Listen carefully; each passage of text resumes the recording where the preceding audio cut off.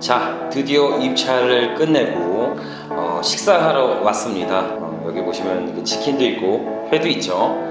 과연 오늘의 식사는 누가 샀을까요? 아까 전에 공약이 있었죠.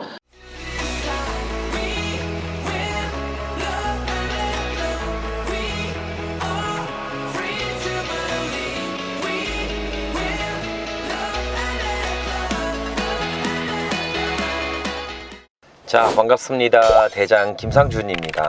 자, 오늘은 일전 영상에서 소개시켜드린 서초구에 있는 근린주택을 입찰하러 법원으로 가고 있습니다. 또 운전 중에 위험하다, 걱정된다라고 하시는 분들이 많이 있어서 차를 안전하게 세워놓고 영상을 전달드리고 있습니다. 간략하게 오늘 입찰하는 물건의 스펙사항을 한번 전달드려 보도록 하겠습니다. 해당 물건은 서초구 방배동에 위치해 있으며 물건 종별은 근린주택입니다. 해당 물건의 토지 면적은 58.98평이며 건물 면적은 59평이죠. 해당 토지의 용도는 2종 일반 주거지역으로 건폐율 60%, 용적률 200%까지 가능한 지역입니다. 즉, 건축물을 110평까지 들어올릴 수 있는데 해당 경매 물건의 건물 면적은 59평으로 땅의 활용도를 적절하게 사용하고 있지 않습니다. 자, 최초 감정가 31억이며 현재는 유찰되지 않아 100%부터 출발하는 물건입니다. 권리사항은 2020년대 강제경매가 말소기 준 권리로 낙찰후 인수되는 권리는 없습니다. 또한 해당 경매는 공유물 분할에 의한 형식적 경매로서 취하되거나 불허가 되지는 않죠. 자, 이런 물건을 우리는 얼마의 입찰가를 예상하면 좋을까요? 통상 부동산 땅 위에 있는 건물 완제품을 보고 수익률을 선정해서 입찰가를 선정합니다. 그럼 해당 경매 물건은 현재 2계층으로 나눠져 있으면서 1층은 소매점, 2층은 주택으로 활용하고 있습니다.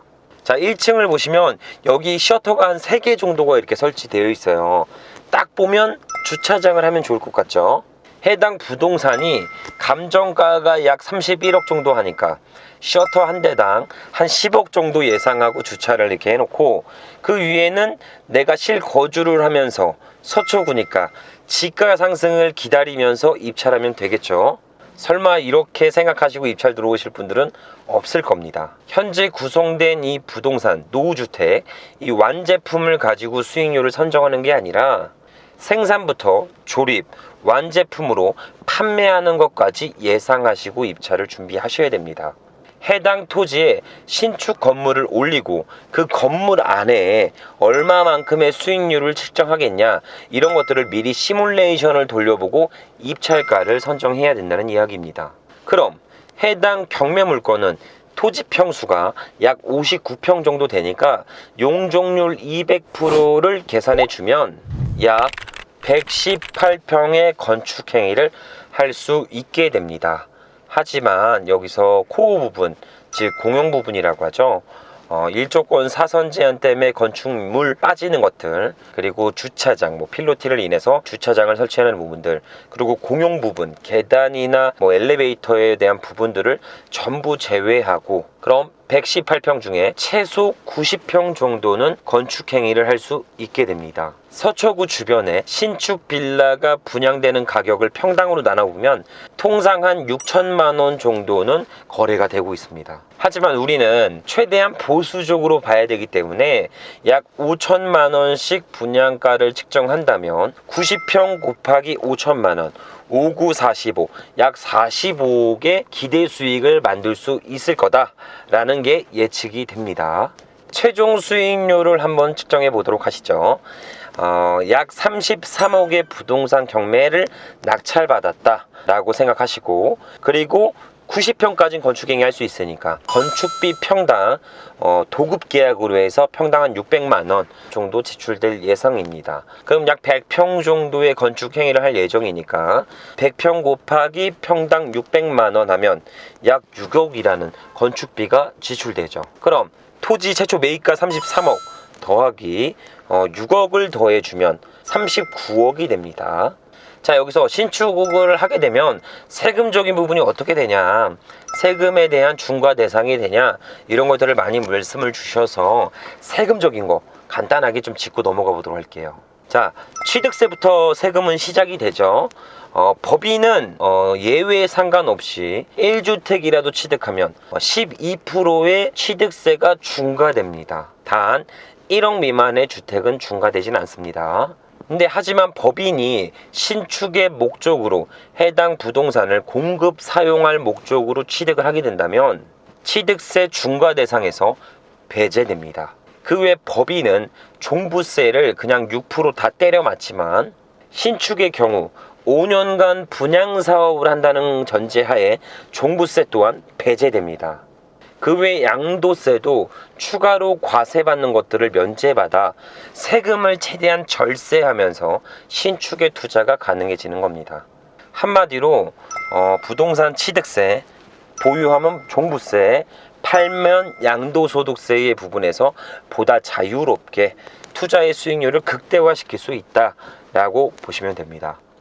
정부가 요즘에 부동산 제재하는 행위가 부동산을 자꾸 사고 팔아서 부동산 가격을 계속 올리는 행위를 제재하고 있는 거죠. 하지만 신축은 실수요자들에게 오히려 공급량을 확보해 줌으로써 세금 중과를 시키는 게 아니라 오히려 세제를 절세시켜주는 효과를 만들어주고 있습니다. 추후에 이 신축 부분의 세금 관련된 사항도 잘 정리해서 영상으로 다시 한번 전해드려 보겠습니다.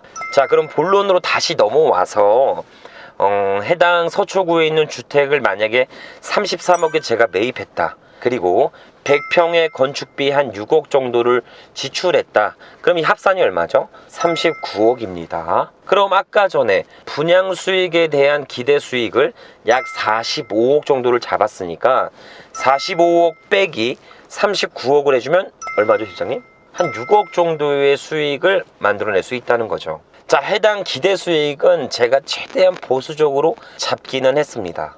약 건축 기간 한 6개월 정도 기간의 지가 상승은 전혀 반영하지 않았고, 그리고 주변의 현재 시세 평당 6천만 원에 거래되고 있는 시세를 오히려 낮춰서 5천만 원대에 분양한다고 예상하고 기대 수익을 만든 거니까 아마 지가 상승과 시세대로 매도가 진행된다면 약 10억 원 정도의 기대 수익은 만들어낼 수 있을 거라고 생각됩니다.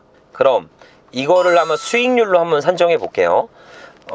최초 투자 비용 39억에 수익은 6억이 남으니까 수익률로 따지면 약 15% 정도의 수익률을 만들어낼 수가 있습니다. 자, 여기서 레버리지를 통해 15%의 수익률을 70%의 수익률로 바꾸는 마법을 말씀드려 볼게요. 해당 물건은 주택의 비율보다 근생의 비율이 높아 경락자금 대출이 와일드하게 실행됩니다. 그 외 PF 대출, 건축자금 대출이라고도 하죠. 이 대출을 받아 최대한 투자금을 적게 하고 레버리지를 통해 수익률을 극대화할 예정입니다. 그럼 총 투자 금액 39억 중에서 약 30억 가량을 레버리지를 받아 투자를 운영할 예정이라고 보시면 됩니다. 그럼 총 투자 비용 39억 중에서 30억의 레버리지를 대출을 받았으니까 제 실제 투자 금액은 9억 정도가 되겠죠. 그럼 실제 투자 금액 9억을 넣어서 6억의 수익률을 만들어내니까 투자 대비 수익률은 말도 안 되는 70%의 수익률로 육박하게 됩니다. 그럼 입찰가를 선정해야겠죠. 여기서 내가 마지노선을 6억의 수익률로 잡을 거냐? 아니야, 5억 정도만 수익률을 잡아도 향후 지가 상승이 가능한 양질의 토지니까 미래 가치를 보고 좀 더 보수적으로 입찰할 거야 라는 형태로 입찰가를 계속적으로 시뮬레이션 그려봐야 되겠죠. 해당 서초구 토지는 재개발에 대한 이슈가 지속적으로 터지고 있는 곳이기도 합니다. 그로 인해 분양가도 하루가 다르게 급격하게 올라가고 있는 추세이기도 하죠. 하지만 투자 금액이 묶이는 게 약 9억 정도가 묶일 수가 있어 이 금액이 다른 투자처를 만났을 때에 나오는 시너지와 현재 나올 수 있는 시너지를 대조해 보긴 하셔야 됩니다. 예를 들어 이 9억을 가지고 꼬마 빌딩이나 토지나 뭐 지산이나 이런 다양한 투자처를 활용해서 수익률을 더 극대화 만들 수 있는 것인지, 아니면 해당 서초구 토지를 매입해서 향후 기대 수익을 더욱더 높게 도모할 것인지를 저울질 해봐야 된다는 거죠. 자, 입찰가는 항상 고민이죠. 자, 오늘 한번 김 실장님이 옆에 또 계세요. 그래서 우리 김 실장님한테 한번 물어볼게요. 오늘은 몇 명 정도가 입찰을 참여하고 얼마 정도의 낙찰될 것을 예상하십니까, 우리 실장님? 그래도 여기가 뭐 서초, 흔히 말 강남 상구에 있는 거니까 조금 이제 희소성도 있고 해서 한 10명? 그 정도는 좀 들어올 것 같고요. 한 최소 낙찰가는 한 35억 이상은 좀 써야 되지 않을까. 그 정도는 써야 되지 않을까. 한 10명 정도는 입찰이 들어올 것 같고 약 한 35억 정도의 낙찰이 되지 않을까. 그 정도 써야 이제 순위권에 들진 않을까. 그러십니까? 좀 높게 평가하시는 거. 근데 물건이 그때 봤을 때 워낙 괜찮아가지고. 워낙 괜찮죠. 자, 우리 실장님이 10명의 입찰 인원이 들어올 것 같고 약 35억대의 1등을 할 것 같다 라는 이야기를 주셨습니다. 근데 저는 좀 생각이 좀 다른 것 같아요. 해당 물건은 제법 무게가 있습니다. 입찰가의 무게도 있고, 신축이 아니면 다른 출구 전략을 모색하기는 어려운 물건입니다. 그로 인해 경쟁률은 그리 심하지는 않을 것 같아요. 그리고 신축업을 다양하게 경험을 해보신 분들이나 혹은 분양 마케팅을 좀 많이 해보셨던 분들이 아니라면 해당 물건은 사실상 도전하기는 좀 어렵습니다. 저는 예상컨대 저 포함해서 한 3분 정도는 입찰에 들어올 것으로 보여집니다.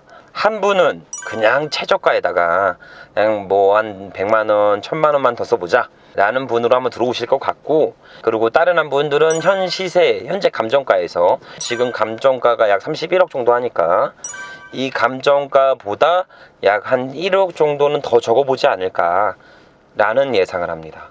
그래서 우리는 아마 약 한 32억 중반대 이 정도 적으면, 그러니까 33억을 넘지 않는 상태에서 입찰하면 충분히 해당 물건의 낙찰 여부와 그렇게 무리하지 않는 한에서 수익을 극대화할 수 있을 거라고 보여지네요. 자, 김 실장님, 김 실장님이 말씀하시는 공략과 제가 말씀드리는, 우리 시청자분들에게 말씀드리는 공략이 다르죠.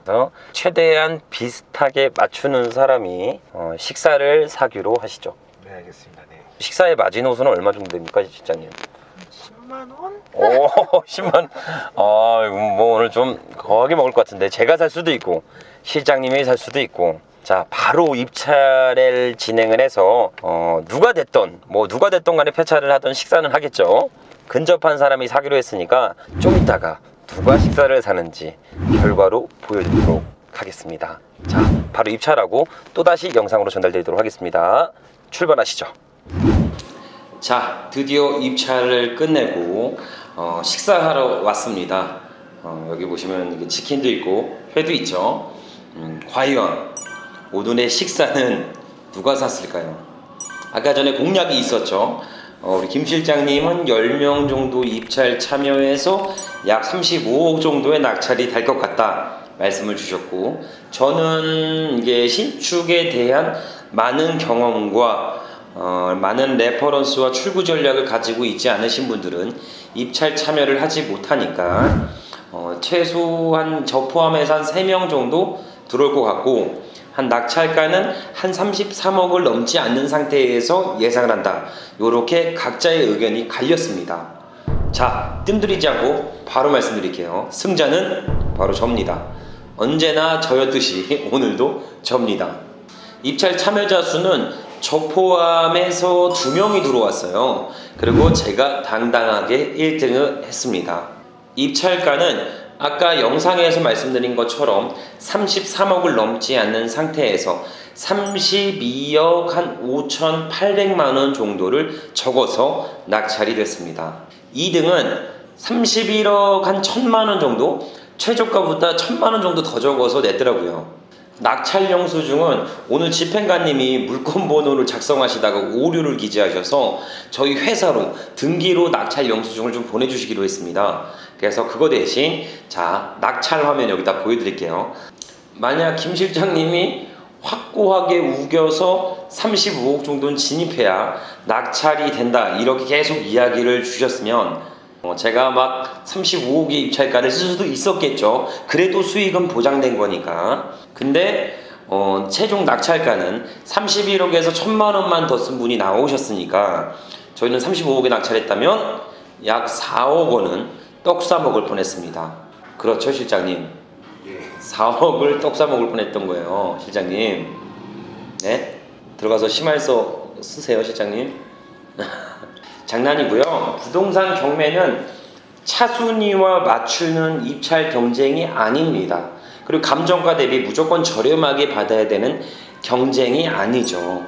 추후 해당 부동산을 매입해서 새로운 가치를 부여해서 추후 출구 전략을 어떻게 잡을 거냐, 그리고 얼마의 수익성을 타당성하여 그 수익의 기반으로 입찰가를 선정할 거냐, 이런 부분이 굉장히 중요한 부분이 됩니다. 오늘 물건은 입찰가도 그렇게 높지 않는 상태에서 향후 미래 가치는 충분할 것으로 보여집니다. 일전에 3억 원대의 노후주택을 저희가 낙찰받은 영상을 전달드린 적도 있어요. 여기 해당 이미지 한번 보여드릴게요. 이 영상입니다. 해당 물건은 서울 금천구에 위치해 있으면서 36평대의 토지에 노후주택이 있는 그런 물건이었죠. 낙찰가는 약 4억 원대로 해당 물건도 구축은 좀 허물고 신축하여 추후 수익화내는 과정들도 보여드릴 예정입니다. 그럼 최종적으로 총 2가지의 신축 과정들을 영상으로 전달드릴 수 있을 것 같습니다.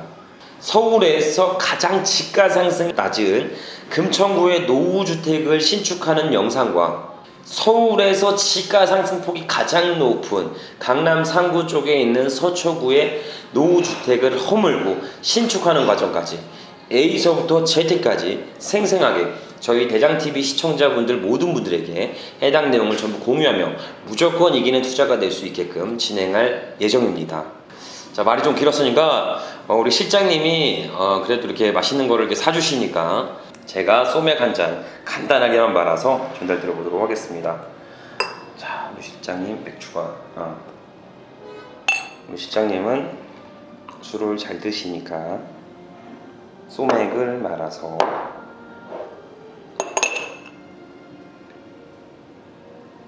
시원하겠죠? 또 실장님 또 우리 항상 고생하시니까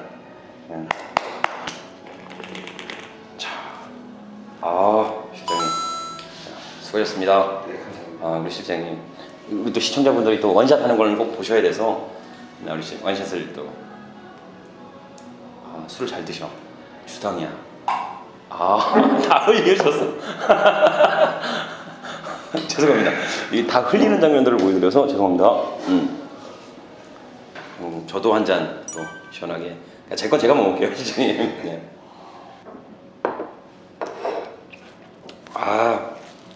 역시 맥주는 낙찰받고 먹는 맥주가 제일 좋죠. 시장님 또 또 안주 하나 드셔야지. 자, 시장님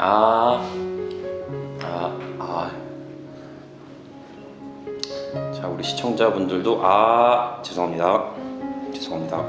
제가 대신 먹겠습니다.